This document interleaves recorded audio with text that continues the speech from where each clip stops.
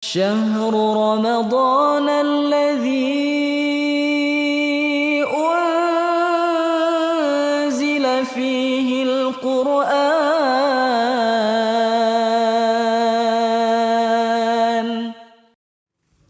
Bismillahirrahmanirrahim. Assalamualaikum warahmatullahi wabarakatuh.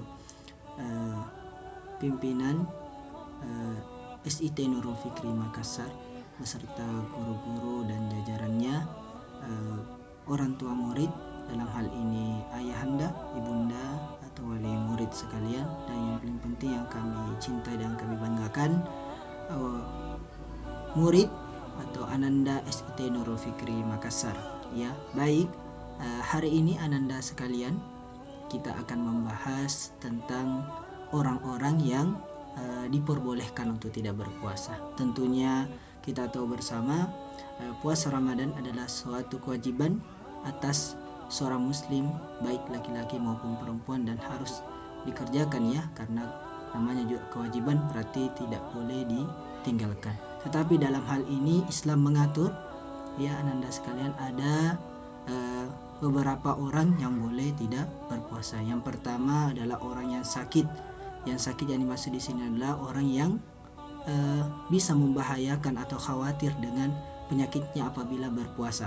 Orang seperti ini ya boleh tidak berpuasa. Tetapi yang sakit yang dimaksud itu adalah sakit yang cukup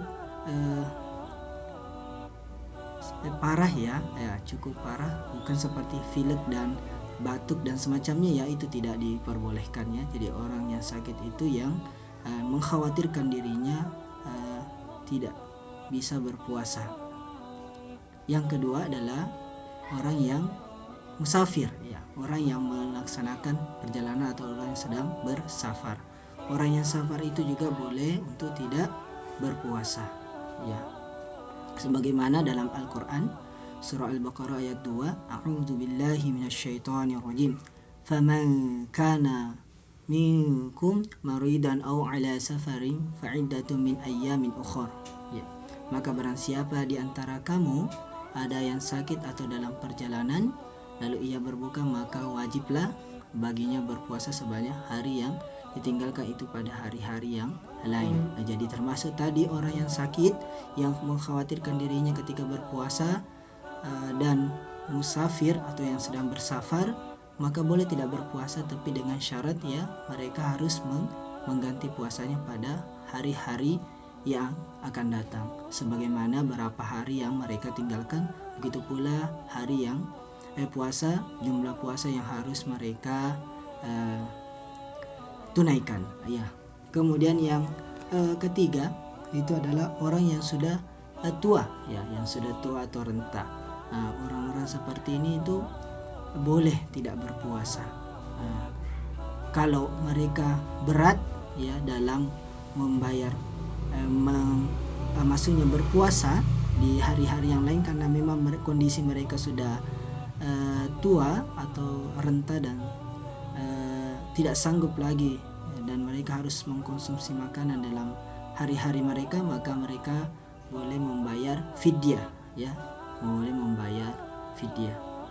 Begitu pula dengan wanita hamil dan menyusui. Wanita hamil dan menyusui itu boleh tidak berpuasa pada bulan Ramadan. Kenapa? Karena ia khawatir terhadap kesehatan dirinya maupun khawatir terhadap kesehatan si bayi, maka wanita hamil dan menyusui itu boleh tidak berpuasa. Ulama berbeda pendapat di sini tentang kewajiban wanita hamil dan menyusui ketika meninggalkan puasa. Apakah boleh hanya meninggalkan apakah boleh hanya membayar fidyah saja, ataukah harus mengganti puasanya di luar bulan suci Ramadan? Yang paling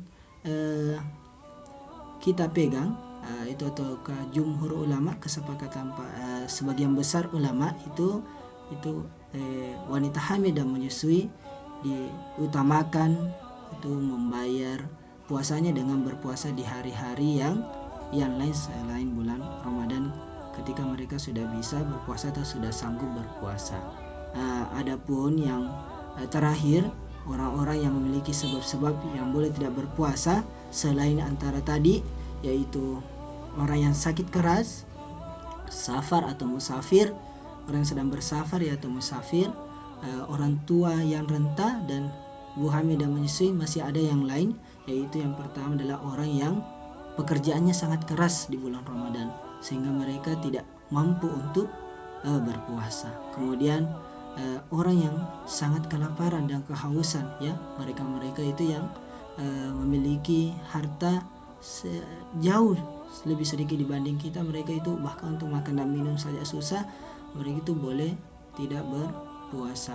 Ataukah yang ketiga, orang yang dipaksa, ya, bisa saja nanti ada keadaan kita dipaksa untuk berbuka, maka itu boleh berbuka karena akan terjadi sesuatu hal yang buruk pada kehidupan kita atau nyawa, ya, akan mempertaruhkan nyawa, maka boleh untuk tidak berpuasa. Kemudian yang terakhir adalah mujahid fi sabilillah, orang yang berperang di jalan Allah itu diperbolehkan untuk tidak berpuasa supaya mereka memiliki tenaga yang full, ya, atau maksimal dalam contohnya itu dalam peperangan, ya, di masa lalu itu yang berperang menegakkan kalimat la ilaha illallah. Jadi seperti itu Ananda, ya, orang-orang yang diperbolehkan untuk tidak berpuasa. Baik, sekian dulu ya untuk hari ini. Semoga Ananda dikuatkan dalam berpuasa di bulan Ramadan ini. Jadi ketika tidak termasuk dalam kategori yang Ustaz sebutkan tadi, maka wajib ya berpuasa ketika sudah balik. Dan apabila Ananda belum balik, maka berpuasa itu sebagai latihan, ya, sehingga nanti ketika balik itu sudah terbiasa untuk berpuasa. Sekian ya yang Ustaz bisa sampaikan hari ini. Billahi fisabil haq fastabiqul khairat. Assalamualaikum warahmatullahi wabarakatuh.